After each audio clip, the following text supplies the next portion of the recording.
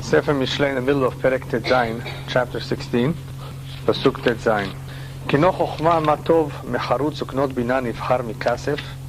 How much better it is to get wisdom than gold. Charutz is fine gold. Uknot bina nivchar mikasef. And to get understanding is preferable to silver. The simple meaning of the pasuk is something that Shlomo Melech repeats many times in this Sefer Mishlei. How much more valuable is chokhmah, is wisdom, how useful it is in life. And this is not only for someone who's Jewish, even for someone who's not Jewish. It is something that is quite logical, that there are many times where money cannot help one, but the chokhmah might be able to help one. That's a simple understanding of this pasuk. This particular pasuk is perhaps also a continuation of the previous pasuk, which we discussed last week, on how to convince a king, how to appease a king. A king's anger is very dangerous. A king has a tremendous amount of control. And one way to appease the king is to admit the truth, to be righteous, in other words, to be on his good side. So Shlomo Melech pointed out that this anger, this powerful anger of a king, can be appeased through ish chacham, through wisdom. In other words, you can't always buy yourself out with money, but you may be able to buy yourself out with chokhmah.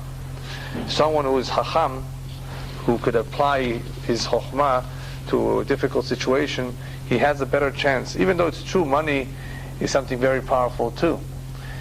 It helps a lot too. But apparently that's what he's trying to point out, that the chokhmah is even greater than money. Here, he's not just talking about any chokhmah. Obviously, the emphasis is always on chokhmat Torah. And there are various reasons why he emphasizes this, even though it may be obvious to us. It is not so obvious to many parents who would rather have their children go to college instead of a yeshiva. Even though it is a good thing to acquire a profession, to have a degree, it may be necessary sometimes, but that's not the ultimate tachlit, the ultimate goal of why we're here for. And one should recognize what is a true priority in a Jew's life. And it's not the miktsua, the profession, the money, because in the end, as we will see many, many times in Sefer Mishlei and in Kohelet, it's all mazal anyway. There are many poor lawyers, many doctors who are not so successful. On the other hand, there are many, many Persian Jews who don't speak a word of English and are making millions of dollars, right? I'm sure you know individuals like that. They don't know too much English, right? They came from Iran and they're millionaires. How do you explain that? It has nothing to do with their PhD. It has to do with mazal. So a lot of things, as we will see, is mazal. But how much chokhmah one acquires, how he behaves himself, does he refine his character or not? Is he a mensch, as we say in Yiddish, or not? That's up to him. So the chokhmah that we're talking about over here is the valuable chokhmah, valuable than any gold or silver, because this is the chokhmat Torah. Any chokhmah is valuable, but especially so the chokhmat Torah, which not only gives one direction in life, without it one cannot become a good person. We have a continuous battle with the Yetzer Hara, and if there's nothing to control our Yetzarim, our instincts, then we continue through life in an undeveloped, I guess, how would you say, in an undeveloped stage, not fully matured, not maximizing our potential. The way to maximize one's potential is through acquiring this chokhmah that will hopefully guide him and help him to elevate himself, to refine his character, and to do the mitzvot. And that is why this is a priority. This is more important than anything else. Priority number one. Mesilat Yesharim Sur Merah Shomer Nafsho Notzer Darko. Mesilah is the road. The road of those who are righteous is Sur Merah, is to depart from all that is evil. Shomer Nafsho Notzer Darko. He who guards his way preserves his nafsho, his soul. In this pasuk, Mesilat Yesharim Sur Merah, the commentaries explain to us something which is perhaps known to all of you, that there are some individuals who by nature are very good. They're very sweet, they're very kind by nature. It is just that they're born with certain characteristics. They don't have a hard time struggling with anger. They don't have a hard time struggling with laziness, perhaps. Some people are just good by nature. Everyone has their strengths and their weaknesses. So Mesilat Yesharim, those who are Yesharim by nature, from birth, Sur Mira, they will have an easier time staying away from evil. Now they have their own challenges too. They have, of course, their ways of acquiring sechar, reward, by doing that which is difficult for them. Even if somebody were to be good by nature on his own, it does not mean that he will be greatly rewarded for it as someone else who is not good-natured by birth and works on himself. Because the rabbis tell us, Lefum tzara agra. One's reward, the reward that we get, the compensation in the Olam HaEmet, is according to one's effort. The more difficult it was for someone to do something, to put on tefillin every morning, to go to a bet knesset because it's far away, to control his anger during some very challenging moments, he will be rewarded much more than he who was brought up in Me'ah She'arim, in Yerushalayim, and was not exposed to all the billboards that we have here, to all the challenges and temptations that we have in the city of angels, right? This is much more difficult. And if one preserves his sanctity and continues to be a righteous Jew in a more difficult situation, obviously he will be rewarded immensely. Nevertheless, Shlomo Melech tells us that it's just a fact that those who are good-natured by birth will stay away from evil, and that's good. And Shomer Nafsho Notzer Darko, he who has a harder time, because by nature he is not like that, he can still do it if he is interested in his nafsho.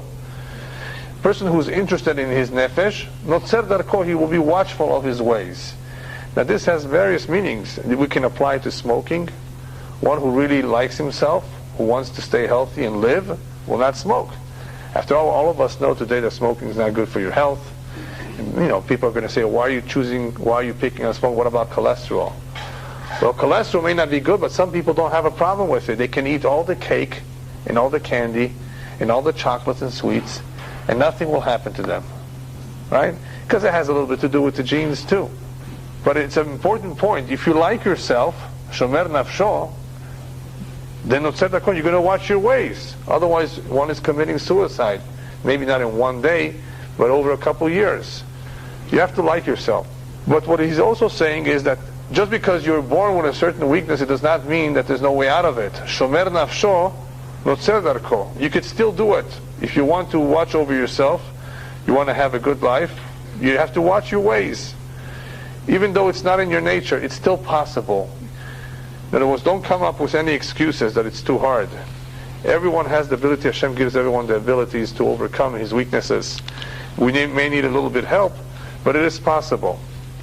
That's one idea here in this pasuk. The other idea of Mesilat Yesharim Sur Mira is that the very first step before Chokhmah, we've been speaking about the value of Chokhmah, is Sur Mira. As the pasuk elsewhere says, Sur Mira V'aseh Tov. We first have to depart evil, stay away from that which is evil, and then embark on doing something that is good. So the first step before we acquire Chokhmah is what? Reshit Chokhmah, Yirat Hashem, which we've spoken about before. The fear of God, taking concrete steps towards acquiring Yirat Shamayim before we acquire the Chokhmah. And all those who go in this Mesilat Yesharim will be Sur Mira. They will stay away from Hata'im. Because what does a het do? A het creates a distance between one and God. It creates a partition. And those who don't want that distance, who don't want that partition, Shomer Nafsho Notzer Darko, in other words, he watches his ways. He wants to have an open communication with Hashem. He wants Hashem to listen to his prayers. So he's concerned about every het. Because the Hata'im put up partitions and they block the way. Otherwise, why do we go to tzaddikim? The reason why we go to tzaddikim is because they have a direct line with Hashem. Hashem listens to them. So Mesilat Yesharim Sur Mira, that's why they're very concerned about what they do. They try to stay away from doing anything that's wrong. On this very pasuk, Mesilat Yesharim Sur Mira, the commentaries also tell us that this fits in very well with what the Rambam says. The Rambam gives us some advice on how to deal with some weaknesses that one may have that are very difficult for him to control. Let's say someone is stingy by nature. How does he correct it? Now the Gaon of Vilna says about nature, about character, that it's impossible to uproot it completely, in its entirety. You were born with a certain inclination. You're not forced to be that way, but you're always going to be inclined to be that way. Just like an animal is inclined to do certain things, and if you rein him in, you have some degree of control. The human body is also an animal. You have to rein it. You're never going to be able to change this animal. You are what you are, but you can control yourself.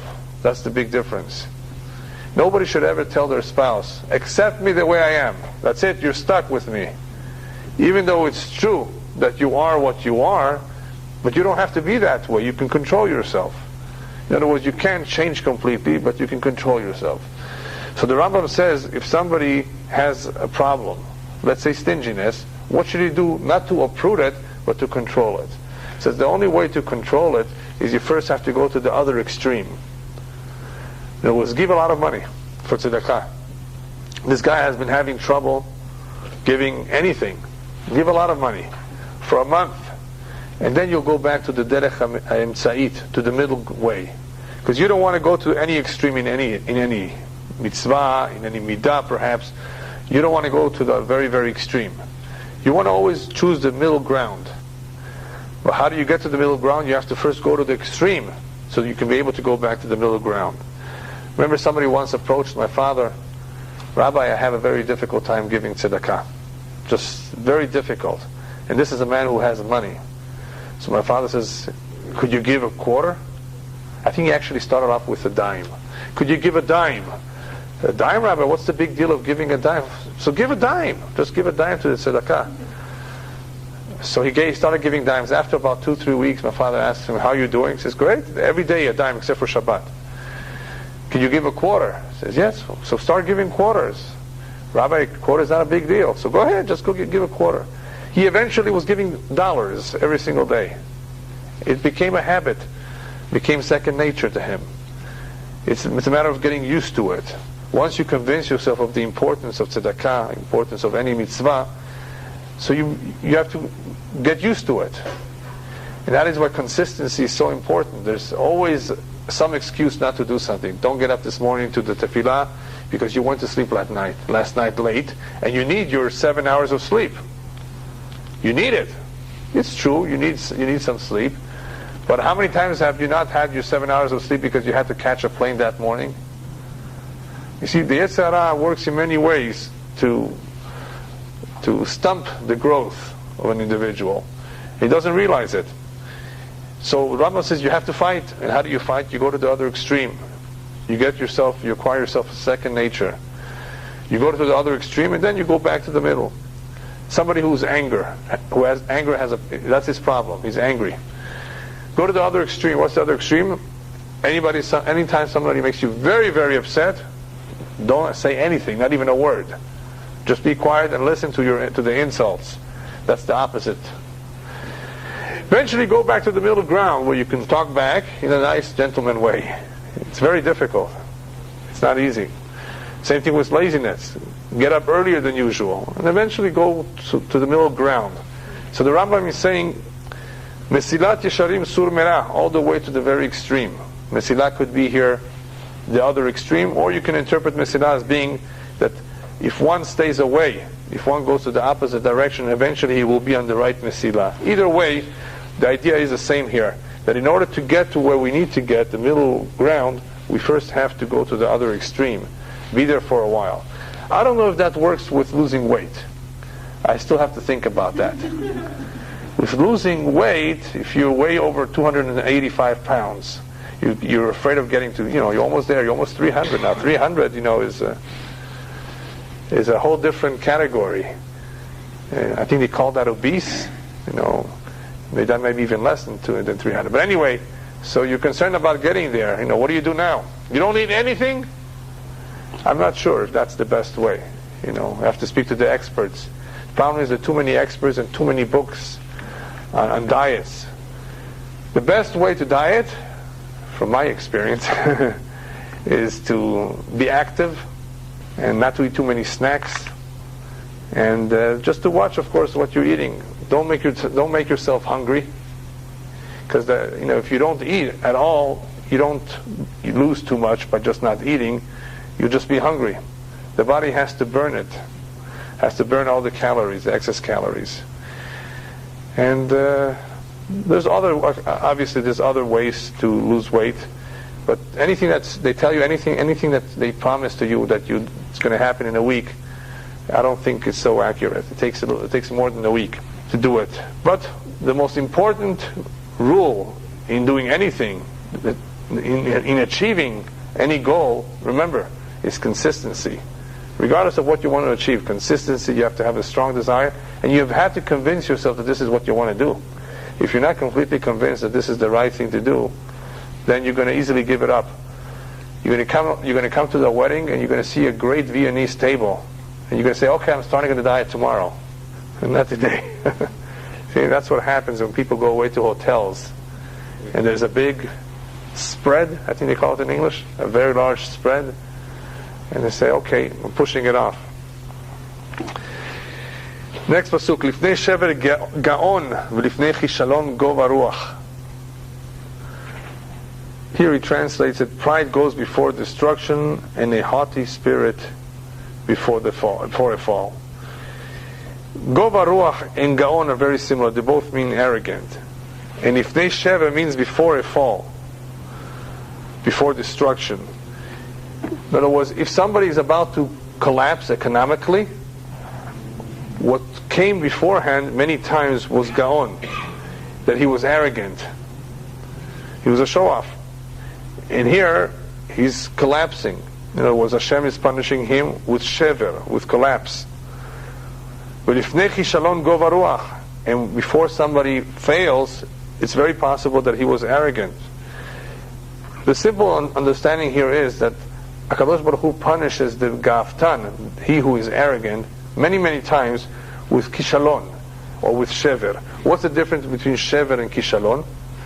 I think the Gaon of Vilna says, shever, who gets shever? A gaon. Gaon is a person who is arrogant unto others, and because of that, the forces from the outside will bring about his downfall. Shever is from the outside, forces from the outside. Gova ruach is a person who is arrogant inside. He does not necessarily show it off. So therefore he will have a kishalon. He will fail on his own, without forces from the outside. He will trip. He will fail. Regardless, they both have the same idea, the same consequence, that one who's arrogant at some point will fall. Another very significant point that is seen in this pasuk has to do with the generation before Mashiach. The Midrash says that the generation before Mashiach, Vayishman Yeshurun Vayiv'at, the 3 generations before Mashiach comes, the standard of living will rise. People will have a lot of money, more than all of history. You look back at history, you never have seen such a prosperous time. Unless, of course, you go to Sudan or Ethiopia, where people have always been miserable there. Talk about in second or first world countries in Europe, the United States, and even in Israel. You see a lot of prosperity. And unfortunately, there's something good about that too, but there's something not to go about it. Before Hashem wants to bring down a nation, He picks them up all the way to the top, and then He brings them down. Because when you're at the top and then you come down, you feel it much more. It's much more painful. So you know what happened in 1929 with the Depression? It was very, very bad. People who were making a lot of money, a lot of them threw themselves out the third-story, window, killed themselves because they couldn't take the pressure of having made a lot and lost a lot. If somebody only has $100 in his bank account, that's all he has, and he loses it all, it's not such a big deal. But if somebody has 100 million and he loses 100 million, right? Even if he lost 50 million, he's going to be he's going to feel terrible. He lost so much, but you still have 50 million. He doesn't see it that way. So the more one has, the greater position one is in, the more you are on the top, the harder it is. It's more painful. That is what is going to happen, unfortunately. Kadosh Baruch Hu brings a nation to the top, makes things very comfortable, and then all of a sudden everything collapses. And that's when people will feel the prophecy that the Gemara mentions, Ad shetichle peruta min hakis. En ben David ba'ad shetichle peruta min hakis. Ben David will come after people do not have anything in their pocket. In other words, there will be very difficult financial times. We hope that that's behind us already. Next pasuk. Tov shefal ruach et anavim mechalek shalal et geim. It is better to be of a humble spirit with the lowly than to divide the spoil with the proud.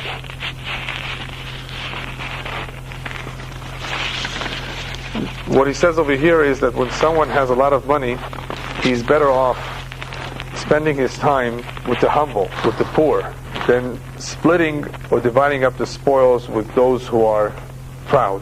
Why? Because when one has a lot of money, it is an expression in English, the money can go to his head. In other words, it could lead to arrogance.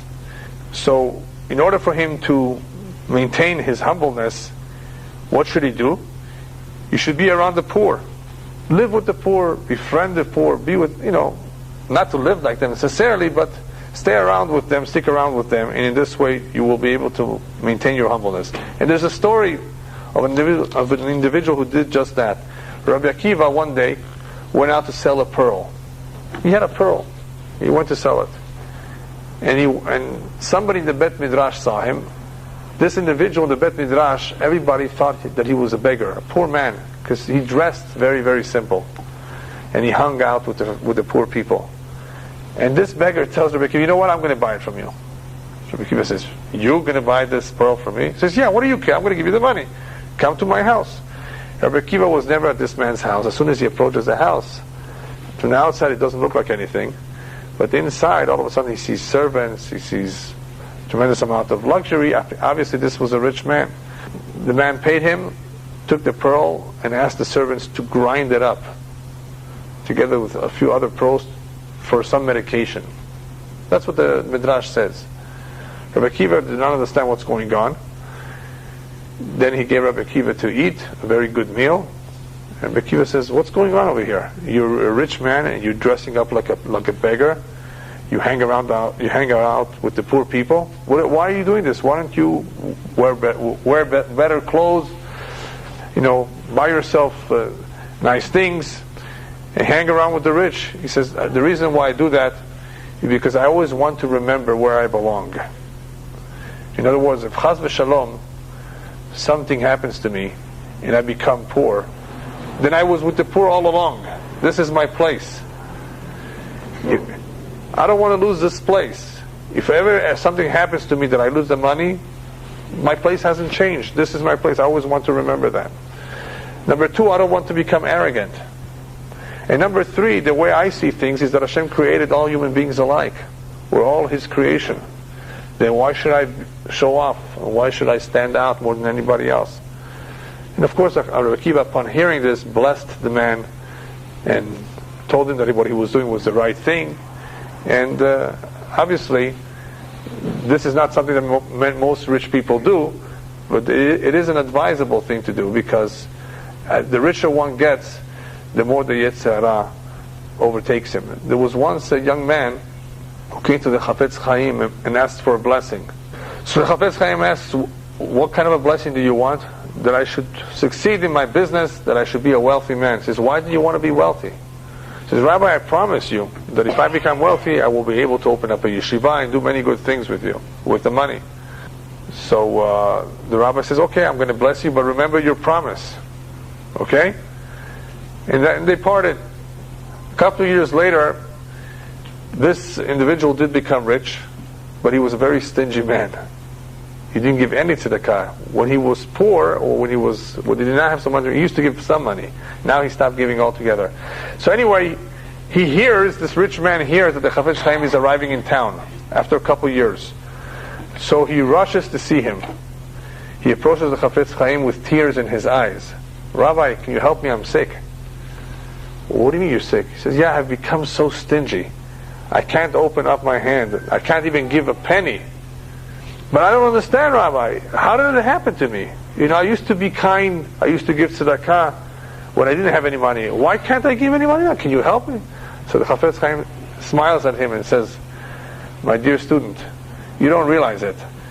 You thought that when you had no money, the Yetzer Hara was small, and when you would have more money, the Yetzer Hara would remain just as small. With the money that grew, the Yetzer Hara grew along with it. The Yetzer Hara does not stay the same. The Yetzer Hara does not stay the same, depending on one's level. When your finances grew, your Yetzer grew too, and that is why it became so much more difficult for you to give tzedakah. So it is quite common, unfortunately, that the more money a person has, the more chutzpah he has towards others, disrespect for tzaddikim, for chachamim, arrogance. He thinks he's a big shot. He becomes controlling, abusing, and does not necessarily share his wealth with others. It's a tremendous challenge. And the rabbis tell us that from the two challenges, poverty and wealth, wealth is the more difficult one. Because one who is poor, at least will be humble. There was even one rabbi who always used to pray that his descendants should always be poor. Could you imagine somebody praying that all his kids should be poor? Because in this way they will always be humble and not Khalila rebel against the Torah. Yes? If somebody's a Talmid Chacham, whether they're rich or poor, they're going to be generally a good character. Why does Shlomo HaMelech divvy it up into wealthy on the one hand and poor on the other, instead of making the line of demarcation Talmid Chacham on the one hand versus someone who's not learning? A Talmid Chacham is not a guarantee for Yirat Shamayim. When we describe somebody as a Talmid Chacham, is someone who's very knowledgeable in Torah. He might know a lot, but he may not be a good person. There's no guarantee. Hopefully, what the Torah the one learns will mold his character in the proper way. He will become God-fearing too. But a person has to work on himself. The Torah alone, the knowledge that one fills his head, is not enough. And arrogance is a very, very, very powerful negative trait that is very difficult for one to escape it, especially if the arrogance is brought about by money. He feels it's just like the rabbis, just like the Torah says. Money blinds. Remember that pasuk? That money bribes those who are smart. It doesn't say those who are not smart. Even those who are smart, even those who are tzaddikim. Money can bribe. Money is very powerful. It's like a poison. And anybody can fall. Almost anybody can fall with it. Therefore, same thing if we don't talk about bribes, just having money in your pocket, having lots of it, it makes a lot of people feel better, stronger, and it's all called gava. Yes. Are you saying that wealth is the litmus test of arrogance? If that's the characteristic that's linked to arrogance? No, it's not linked to arrogance. There's a lot of wealthy people who are not arrogant. Correct. Yeah, a lot of wealthy people who are not arrogant. Wealth leads very easily to arrogance. And what Shlomo HaMelech here says, and what the Torah says, is that in many cases, not in all, but in many cases, that will be one of the direct results of one's wealth and prosperity. He will become arrogant and he will forget his God. Torah says so. Vayishman Yeshurun Vayiv'at. He became fat and he rebelled. It's just, unfortunately, something that happens a lot. Mr. Rothschild, one of the first Rothschilds, was known to be just the opposite. And how did he do that? The way he succeeded, he tells his own story, is that he had a special room where he used to lock himself up every day for half an hour, and nobody knew what that room was all about. One rabbi was curious, and when he met him, he says, "You got to show me the room." On one condition, Mr. Rothschild says, "You don't disclose to anybody until after I die what you saw in this room." I said, "Oh, fine." He takes him to the room where not even the maid had any permission to enter. Opens up the room, and in the room he sees a coffin. Coffin? What's this coffin doing in this room? He says, come in, I want to give you a tour. Gives him a tour of the room. He sees a coffin, he sees some candles, he sees Tehillim, he sees a talit. He says, "What's this? You gonna bury someone?" "Yeah, me. Every day I lock myself up in this room, light candles le'ilui nishmati, they're gonna say Tehillim for me, and when I leave this room I'm a different man." It completely humbles me. And this is a very, very rich man, a millionaire. That's what he needed. He felt he needed that in order to control himself. So it's a very, very difficult challenge. Rabbi tells us this is a big challenge, and David HaMelech also says, don't give me no wealth, don't give me no poverty, just give me atrifeni lechem hoki, just give me some bread to eat. I don't want any extremes, because it's very challenging, it's very difficult. Alright, let's go on to the next pasuk. Maskil al davar yimtza tov uboteach b'Adonai ashrav. He who considers his words shall find good. And happy or fortunate is the one who trusts in Hashem. The simple meaning over here is maskil al davar, a person who thinks about something before he does it. As the rabbis tell us, ezu chacham haroet hanolad, who is smart, one who analyzes the consequences of his actions, does not act, what's the word for it? Impulsively. That's the word I was thinking of. Precipitously, right? In other words, he considers all the options, all the consequences of his actions. Schar mitzvah keneged hefseda, as the rabbis tell us, what is he going to gain and what is he going to lose as far as mitzvot and averot. And in this way, yimtza tov, he will end up doing the right thing. He will find good. His results will be positive. However, Salomon says there's something even better than that. Uvoteach b'Hashem ashrav, but he who trusts in Hashem is fortunate. That's even better. In other words, as much as you can think, you can't always be right. You can't always figure out what's the best thing to do. So you have to have bitachon b'Hashem, that no matter what you do, that is what was meant to be. That is the right thing to do. As long as a person does things the right way, the kosher way, he does not have to worry about the results. I should have done this. And I love the example. I just love the example of real estate. I should have bought that house 2 years ago, because now it's $1.5 million. And back then, it was $750,000. How silly. What do you mean, how silly?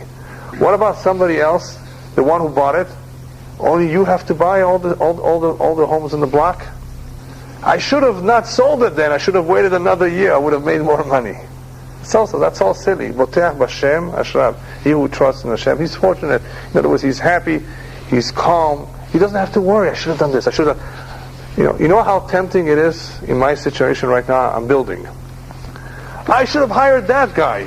He would have done a better job. I should have done this. He would have been quicker. I should have done that. I would have, whatever happens, this is what was meant to be. This is min hashamayim. En adam nokefetz ba'om milemata lemkim nachrizim alav milemara. The rabbis tell us in the Gemara, a person does not bend his finger like this. Nothing happens to his finger unless they say so upstairs. You know what that means? Nothing happens to your finger. You know how sometimes we trip, we're going down the sidewalk, and sometimes it's not flat, it's not smooth, and we trip, or we bang our finger on the door, or we hit ourselves. All of that is in Hashemayim. Everything is in Hashemayim. Almost everything. We're going to soon see what's not. We're going to soon see that. So therefore, Ashrav, a person who trusts in Hashem, he's a fortunate man. He doesn't have any worries. He's always calm. He realizes he doesn't have control over everything. I want to share with you a story that you will understand what is bitachon v'Hashem. My grandfather, alav shalom, my father's father, was a man who was always happy. He had tremendous bitachon v'Hashem. He loved Am Yisrael. He loved the Eretz Yisrael. Never had any worries, even though he was not a rich man. He just barely made it. He made it. He was fine.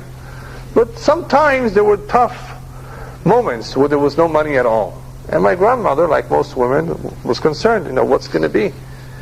We have to feed the kids, we have to dress them. And he would always rub his hands like this. He says, Yeh tov, he would say in Yiddish. He said, Zayin gut, don't worry about it. Everything will be okay. And he did it with a smile. He had no worries. It was not just a fake smile. He really meant it. Everything will be okay. But this was a very difficult time in Israel when, things were tough in Israel back then before Akamat HaMedina, before 1948. We're talking about sometime, I think it was in the mid-30s, or even during the World War II. Tough times in Israel. And he said everything will be okay. But how is everything going to be okay? You're going to see. Everything will be okay. Trust in Hashem. So he walked out the door. He went somewhere. And as he's going, wherever he was going, somebody approaches him, somebody that he never met before. Says, Rabbi, we would like to hire you to give this class in this particular shul. And I want to give you ahead of time the money that is going to be coming to you. He says, you don't have to give it to me ahead of time. When I finish. He says, no, I want to give you the money ahead of time. So he thanked him very much. He looks at the money. It was the exact amount of money that he needed at that time. Exact amount of money. Now this is just such a small story and one example of countless stories. If you read books, and I encourage everybody to read books on the life of tzaddikim, to see how they lived a life of true bitachon b'Hashem, of simcha, of yirat shamayim, without having any worries whatsoever. This is the way to live. But unless one does not work on this bitachon, he's going to be tested day after day, and he's going to really think that he can outsmart the system. He's going to really think that there was a way that he could really do things better. This is all a lack of bitachon. Anytime a person complains about mundane things, not spiritual things, mundane things, it's usually a lack of bitachon. And that is why he says here, one who thinks out his ways is good, but the one who relies on Hashem is even better. That's the right attitude, because things may not always work out according to our plans. L'chacham lev yikare navon umetek sefatayim yosif lekach. The wise in the heart should be called prudent. Navon, man of understanding. Umetek sefatayim yosif lekach. And the sweetness of the lips increases learning. All right, that's the simple translation. What does that mean? It is very good for a person to become knowledgeable, for a person to be able to understand what he's learning, but it is even better if one can explain to others what he learned. Why? You only know something as good as you can explain it. If you're able to give it over to someone, then you have a better understanding of it. If one cannot give over to someone else what he knows, then he doesn't really know it well. So a Chacham Lev is called a Navon if he understands what he's talking about. Navon is more than a Chacham, because Navon takes the Chokhmah and analyzes it. Mevin davar mitoch davar. But Metek Sefatayim Yosif Lekach, one who has a sweet lips, he's able to increase his knowledge. He's able to give it over unto others. That's even better. Mekor Chaim Sechel Be'alav U'Musar Evelim Ivelet. Intelligence is the fountain of life. U'Musar Evelim Ivelet. But the Musar of the fools is Ivelet, folly. This pasuk also has two interpretations. Mekor Chaim Sechel Be'alav. HaKadosh Baruch Hu gave everybody Sechel. That is the fountain of life. What did He give us the Sechel for? With this Sechel, we should be able to figure out the ways of Hashem. We should be able to understand what our purpose in life is. However, some people misuse it. But in reality, that is what the Sechel is all about. The famous story with Eliyahu Navi and the fisherman. Eliyahu Navi meets up with the fisherman, gets into a conversation with him, and asks the fisherman, tell me, do you learn Torah? He says, no, why not? Hashem did not give me the brains to learn Torah. He says, really? What do you do for a living? He says, I make nets to catch fish. How do you make the nets that you catch fish? I go to the field and I chop down the flax, and then I tie it in such a way that, with knots and everything, to make the nets. Very complicated process of making this very sophisticated net. And Eliyahu Navi says, that's interesting. For that you have the brains and not to learn Torah? It's all an excuse. We all have excuses, many times excuses for not learning, for not doing the right thing.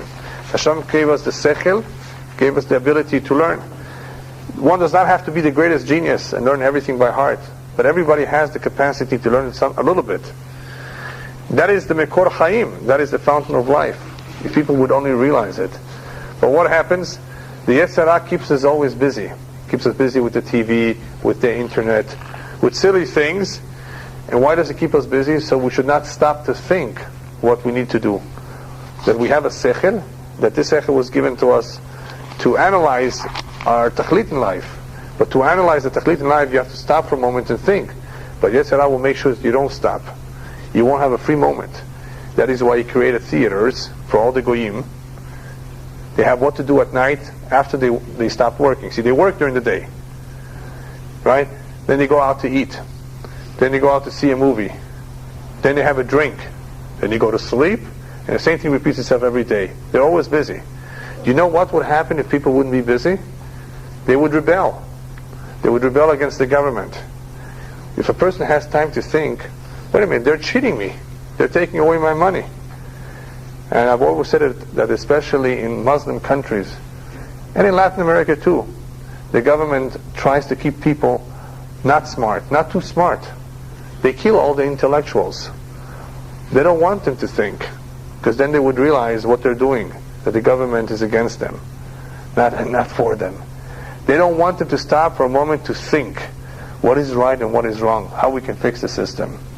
Same thing with the Yetzer Hara. That's what he tries to do. He doesn't want us to think. But we've been given a sechel to think, to be able to think, to know what to do with our time, what to do with our money, what life is all about. And that is a fountain of life. But Musar Evelim Ivelet. One meaning of Musar Evelim means the suffering that the Evelim, the fools, receive is through their folly. In other words, they bring upon themselves the Ivelet, because they don't use their sechel. They're fools. That is one meaning of Musar Evelim Ivelet. Another idea of Musar Evelim Ivelet is the Musar, the actual rebuke, the actual learning or use of the sechel of an individual who is an Evil is folly. What does that mean? A person can have sechel, but it could be sechel akum. It could be twisted. If all one wants is to satisfy his desires, then he will twist everything to basically get what he wants. So he's basically blind. He has sechel, but it's a blind sechel, because he's busy satisfying his desires. Next pasuk, Lev chacham yaskil pihu ve'al sefatav yosif lekach, similar to what we said before, that the heart of the wise teaches his mouth and adds learning to his lips. What that means is that what comes out of the mouth is what was first in the heart. So lev chacham, because we're talking about the lev of a chacham, what do you expect that should come out of his mouth? Something with sechel, yaskil pihu. Ve'al yosif lekach. And once he gives over everything that he has learned with his lips, he learns even more. In other words, from the heart it goes to the lips, and from the lips it goes back to the heart. Because when you start learning with your lips, as the rabbis tell us, one of the ways to remember what you learn is to say it out loud, or to teach it to others. So by teaching it to others, by repeating it to yourself, you will remember it, you will retain it better. So it comes out from the heart to the lips, it goes back from the lips to the heart. Now, once the Chacham begins to talk, that is when you realize how much Chokhmah there is. Before he begins to talk, you don't know it. And the Midrash says on this pasuk, Mashal lema davar domeh. What is this compared to? To a chavit, to a barrel that is full of gems. Somebody did not know that, and he went over to the barrel, took off the lid, and then he realized what was inside. Before the lid was removed, you didn't know what was in there. So the same thing here, before the Chacham began to speak, you didn't know what was in there, what was contained in him. So the rabbis tell us, had Shlomo Melech not written all that he wrote, we would not have known how great of a Chacham he is. All the Chokhmah that Shlomo had, and he had more than anybody else, is being revealed to us through his writing. Pleasant words are like, here he translated, like a honeycomb.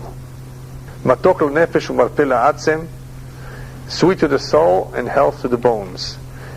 This pasuk is referring to those who speak, who give speeches, pleasant words.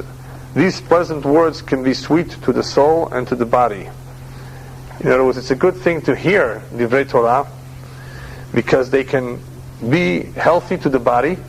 One who has worries, high blood pressure, he wants to calm down. If he hears words of Torah that gladden the heart, they will be a healing to the atzim, to the bones, to the body. He will feel better. He will realize that what he was worried about, he should not worry about. What he's nervous about, he has no reason to be nervous. In other words, the words of the Torah can be a healing. And they can also be sweet to the nefesh, to the soul. The soul enjoys it. Another idea that the rabbis tell us in this pasuk is that when an individual is about to speak, he better prepare himself well, so that his words be pleasing. Otherwise, he should hold himself back and not talk. In other words, if somebody ever asks you to say a few words, don't say, unless you really know what you're going to be saying and you've prepared yourself. Because since you have this opportunity to talk to people, to say some words, you really want to be clear about what you're going to say. I think attorneys pretty much hold of that. You don't just want to come to court unprepared. You really, especially if you're on the defense, you really have to have a strategy. You want to be convincing, whether it's to the judge or the jury. So you have to choose your words carefully. You have to plan out exactly what you're going to say. That's the idea here. Tzuf devash imre noam. It's sweet like honey. The words can be pleasant and can be very, very healthy to the body and to the soul if they're said in the right way. There is a way which seems right to a man, but its end are the ways of death. We saw exactly the same pasuk more or less before, earlier in the Sefer, that there are sometimes ways that a person might think that this is good. Everything makes sense, it's right, it appears so to us, but we are biased. And we have to be very careful because because the end of this way, which appears to be okay, is really the way to death. Earlier on in the Sefer Mishlei, he was talking about simcha, v'schok, laughter and joy, which are good things, but if they're misused, they could lead to bad things. And that is what he meant over there, yesh derech yashar lifnei ish. An individual can think that there is something that is good, but if he does not use it properly, it could lead to the wrong things. Here, the reason he repeats it over here is because of the next pasuk. Because here he's talking about the hanaot, the various pleasures that one may seek. And because he may seek these pleasures, he might think that he's doing the right thing. That there's nothing wrong with them. But there's an expression that the rabbis use, yesh naval birshut haTorah. Naval birshut haTorah. How would you translate naval in English? Anybody know here? Naval. Naval is from the root nevela, disgusting. In other words, an individual who does disgusting things, he's a disgusting man, but he's doing it with permission of the Torah. How could that be? Because the Torah does not prohibit it. Somebody overeats. Somebody overeats. Let's take a simple example. Is overeating anything wrong? Is there anything wrong with that except for the health?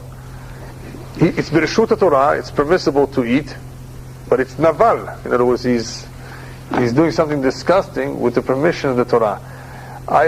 There's all sorts of other examples, but I'd rather not mention them right now. Some other time maybe, of certain things that a person can do that are very much unacceptable, even though it's birshut Torah. The Torah allows him. It's not right. So, an individual may be fooled by thinking that this is correct, it's okay for him to do something, but it leads to death.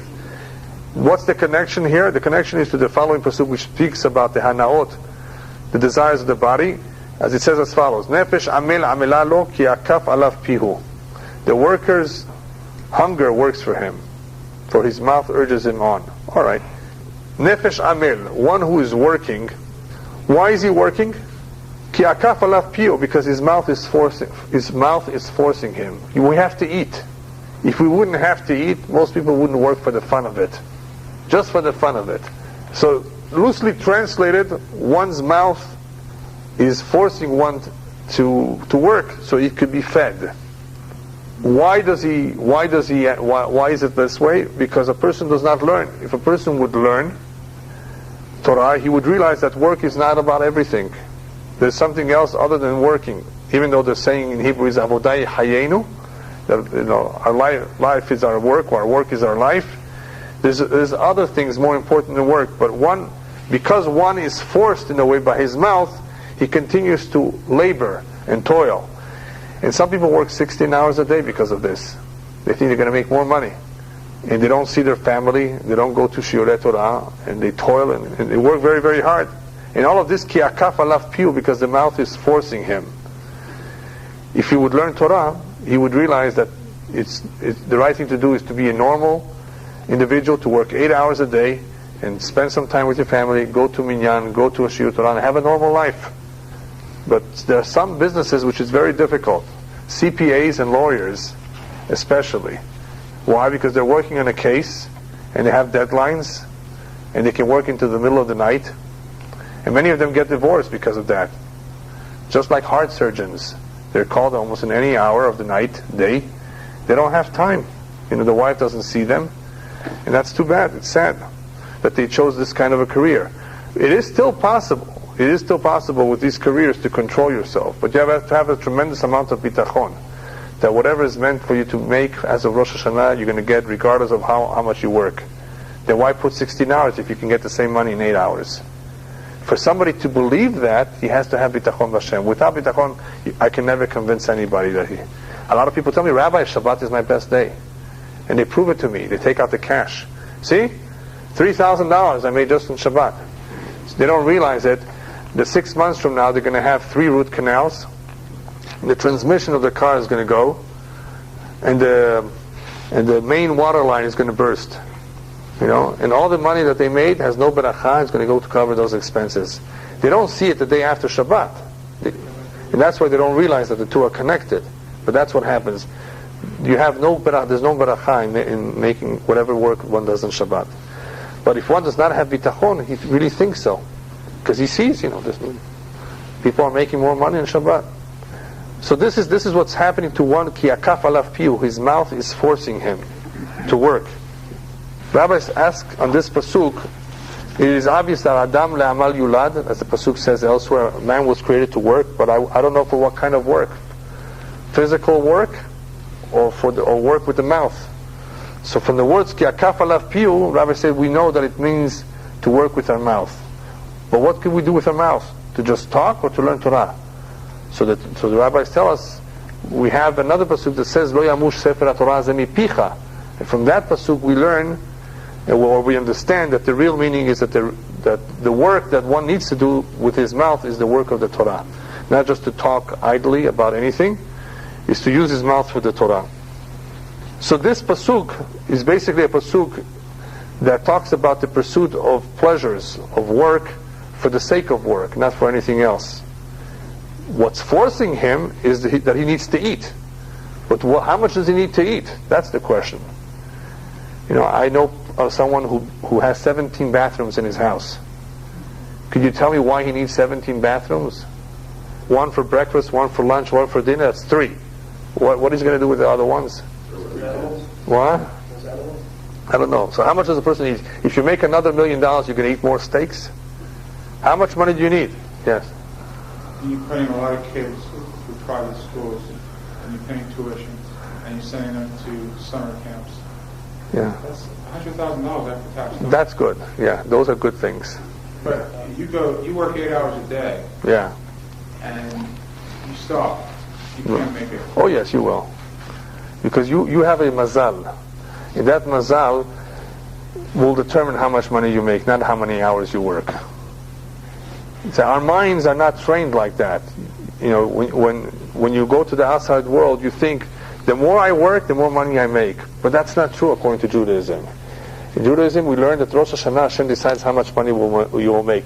And if one has a tremendous amount of bitachon, tremendous, he can make in 1 hour his entire salary of the month. You know how?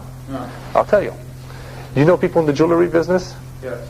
Do you know that somebody in the jewelry business can sell, if he's lucky, or if Hashem wants it, a 12-carat diamond, beautiful diamond, in 5 minutes, and his profit on that diamond was $25,000? You know these things happen, right? Yeah, they happen. There he made it. He doesn't have to work for the rest of the month if he chooses not to. It's just the nature of the business. You won't make that money in 1 hour with your clients, right? You won't even make half the money on 1 hour. To make that money, you need to work quite a few hours, right?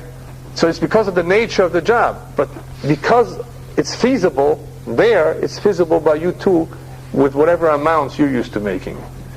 That's all. It's just a matter of seeing it in the right perspective. It's not. It can happen if one has tremendous bitachon. Hashem can give him his parnasah. You know what? Let's be partners. I only want to work 4 hours a day. You take care of my family too. I want to learn the rest of the day. I want to do tzedakah. I want to do chesed. Can you do it?